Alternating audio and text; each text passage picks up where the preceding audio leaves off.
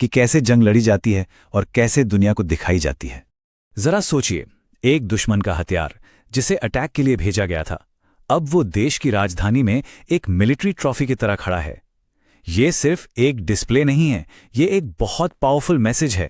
लेकिन सवाल ये है कि आखिर ये ड्रोन यहां पहुंचा कैसे, इसका मिशन क्या था और इसके पब्लिक डिस्प्ले ने दो देशों के रिश्तों पर क्या असर डाला।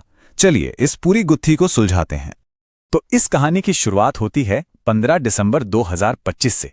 उस दिन इंडियन आर्मी ने एक ऐसा कदम उठाया जिसने, आप कह सकते हैं, पूरी दुनिया का ध्यान खींच लिया। तो हुआ ये कि आर्मी चीफ के घर के ठीक बाहर दिल्ली में एक टर्किश मेड कामिकाजी ड्रोन को डिस्प्ले पर लगा दिया गया। ये कोई आम एग्जीबिशन नहीं था। इंडियन आर्मी का सीधा दावा था कि इस ड्रोन को पाकिस्तान ने इंडिया पर हमला करने के लिए इस्तेमाल किया था, एक हमला जिसे वक्त रहते नाकाम कर दिया गया। अब यह समझना जरूरी है कि ये कामिकाजी ड्रोन आखिर होता क्या है। देखिए, सीधे शब्दों में ये एक उड़ता हुआ बम है।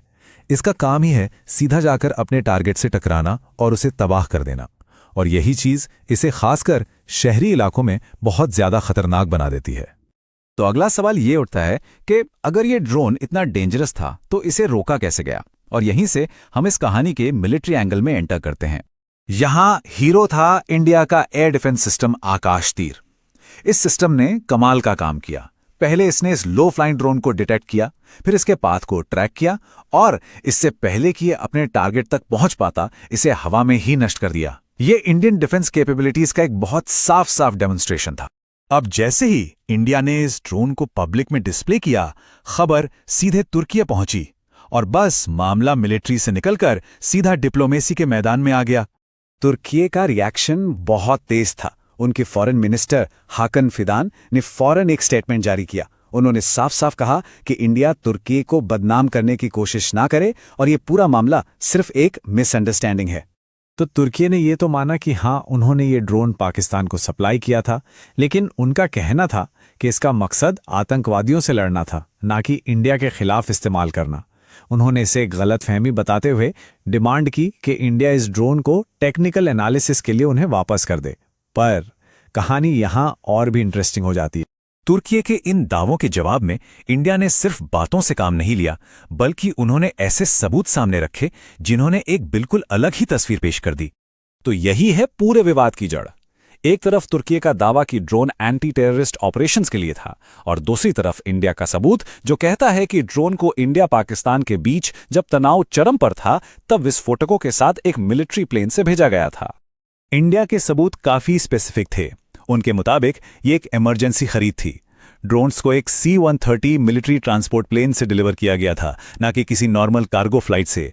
और सबसे बड़ी बात, ड्रोन्स के साथ उनके एक्सप्लोजिव्स भी उसी शिपमेंट में थे। इतना ही नहीं, ड्रोन का डिजाइन उनके मुताबिक शहरी इलाकों में ज्यादा से ज्यादा तबाही मचाने के लिए आदर्श था। ये सारी बातें तुर्की के दावों पर सीधे सीधे सवाल उठाती हैं। तो ये मामला सिर्फ एक ड्रोन का नहीं रह जाता।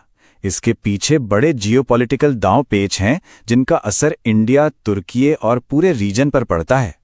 इस एक इंसिडेंट के 3 बड़े असर हुए हैं। पहला, ग्लोबल आर्म्स मार्केट में तुर्की की रेपुटेशन पर सवाल उठ गया है। दूसरा, इंडिया ने अपनी डिफेंस कैपेबिलिटीज का एक मजबूत प्रदर्शन किया है।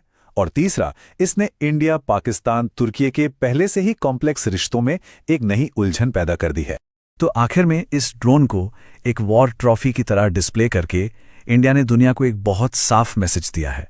मैसेज ये है कि इंडिया न सिर्फ अपनी टेरिटरी को डिफेंड करेगा, बल्कि किसी भी हमले के सबूत को पूरी दुनिया के सामने लाके रखेगा।